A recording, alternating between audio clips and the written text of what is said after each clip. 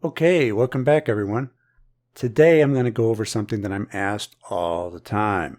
We're going to be talking about the sacred circle, so let's get into it.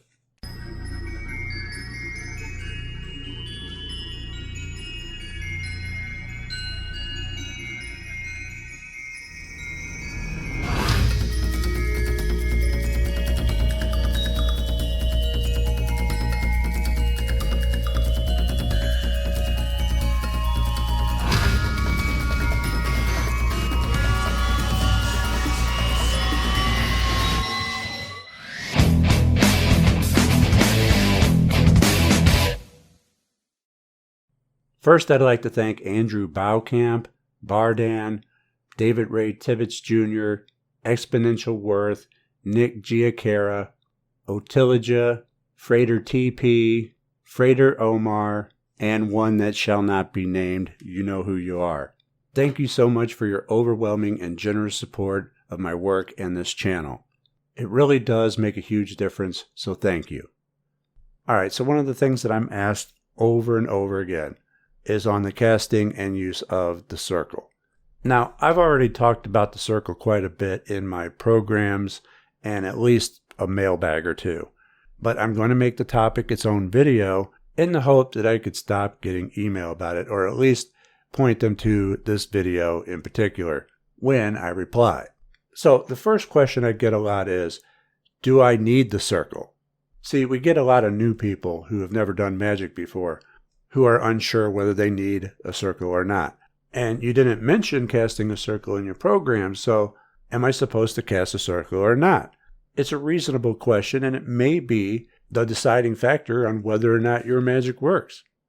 So the rule is, always use a circle, unless you can't. So, for example, in the Secrets of Wealth program, you're not going to be in the circle when you're out collecting dirt from various locations. You're not going to be in a circle doing the egg ritual. You may even be in a moving vehicle for that one. So there are going to be times when you just simply can't use a circle. The magical checkbook from the Secrets of Wealth, you don't really need one for that either, because that's getting something into your subconscious through repetition, getting in a habit of something. But sigil charging, any candle magic, any spell casting with your intention statement, you should be in a circle. So always assume that you need a circle unless it's completely obvious that you're not going to be able to use one. Now, this is just something that's known by people who have been in magic for a long time. And it's easy to forget that people who are new to magic don't know this. So always use a circle when you're able to. Just get in the habit of it. A circle just isn't for protection only. It can make or break your magic. Now, I've already covered why in my programs. I think it's in Words of Power, but I know for a fact that it's in the Laws of Magic, Lesson 39. But the bottom line is that symbols can have more than one meaning. Alright, so the next question that I get quite often is, what kind of circle should I use? Do I need something permanent? Do I just draw one with some chalk or make a circle out of salt? What do I make my circle out of? And this is going to depend on the situation. Now, if you have a room in your home that you have set aside for your temple and magical practice, to where that's all that room is going to be used for, then you may want a permanent circle, either painted or built as a structure that you're not going to be moving around. When done right, these are always the best circles, both in their looks and just saving you time. Now, mine is semi-permanent. The one I use for everyday practice is modeled after Poke Runyon's design. I made it out of a canvas drop cloth and then painted it while reciting prayers over it. And so my temple always has this circle down on the floor, but it can be taken up if need be. Now, the drawback to this design is that every so often I do need to touch up the paint. It will get chipped away over time, especially around the edges. So every 6 months or so, I'll need to touch up the paint on it. In fact, I think it's probably due to be touched up soon. Now, you may think that that's a great option for a non-permanent circle. I'll just put down and take up my painted drop cloth every day. The issue with that is the more you move it around and fold it up, the more the paint is going to come off. The longer you have it down and leave it alone, the longer the paint's going to last. and that's why I call it semi-permanent. So if you always got to take one up or put one down, it may not be the best option for you. Now there's salt, but salt in my opinion is just too messy. It gets everywhere. If you have pets, you don't want them getting into it, and it's just a pain. It's effective, but it is a pain. The same goes for chalk. Unless you have the floor you want to mark all up, chalk probably isn't going to cut it. And that leaves rope, and rope is a good option to use for a temporary circle that you could put down and take up. Now, I know I've shared this before, but it's a clip from the Emanation video channel, which hasn't made a video in over 10 years, so it's pretty much been abandoned. But it has good information on what he calls the pocket circle, because you could fold up these rope circles to put in your pocket if you want to. You see behind me, I have a piece of rope that I've laid out on the floor in a circle with a knot tied.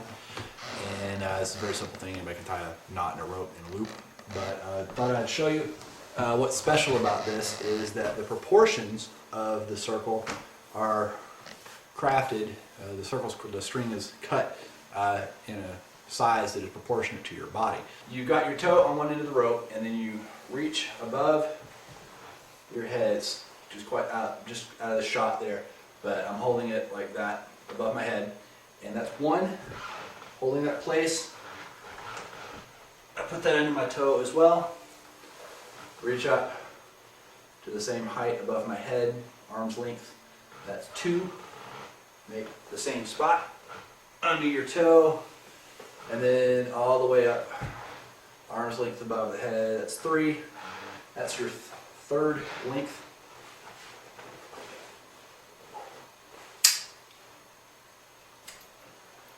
Cut the rope to that length, and then of course you tie it in a loop like you would any other piece of string. Just a knot. I like to tie a double knot so it won't come undone. And ta-da, you've got your collapsible pocket circle, which you can just roll right up and stick it in your pocket and take it with you. So to me, that's the best option to use if you do not have a permanent ritual space. Now, the last question that I get quite often about circles is, do I even need a physical circle at all? Can't I just imagine one? And the answer to that is going to depend on what it is that you're doing and your skill level. For the novice, I would recommend having a physical circle, because how are you going to maintain that visualization of the circle while conducting your operation, while doing other visualizations such as the pentagrams for the LBRP, etc.? The more adept you become, the more simultaneous visualizations you'll be able to maintain. The only time I'll use a visualization for a circle is if I'm out and about and away from my temple for some quick mental magic. I tend to like the permanent circle because that's one less thing I have to visualize. Now, the next part of that depends on what you're doing. If you're just doing everyday operations, that may be fine. If you're doing evocation, such as Goetia or something like that, no, you need the sacred circle. And the final and one of the more important things is, it's not enough to just lay your circle on the floor. You need to declare your sacred space. When you do, you want to traverse the circle clockwise by pointing and tracing around the circle while making your declaration. The one I use goes like this. I cast this circle in the name of the Most High as a space between the worlds where all things are made possible through mine and thine will. As above, so below, as within, so without. Amen. And when you're finished, you need to seal your circle after giving a license to depart. I seal the circle in the name of the Most High and now return to the mundane world from which I came. And you do so by tracing counterclockwise this time, while visualizing sealing it up. Okay, so I hope this answers all the questions you have about the sacred circle.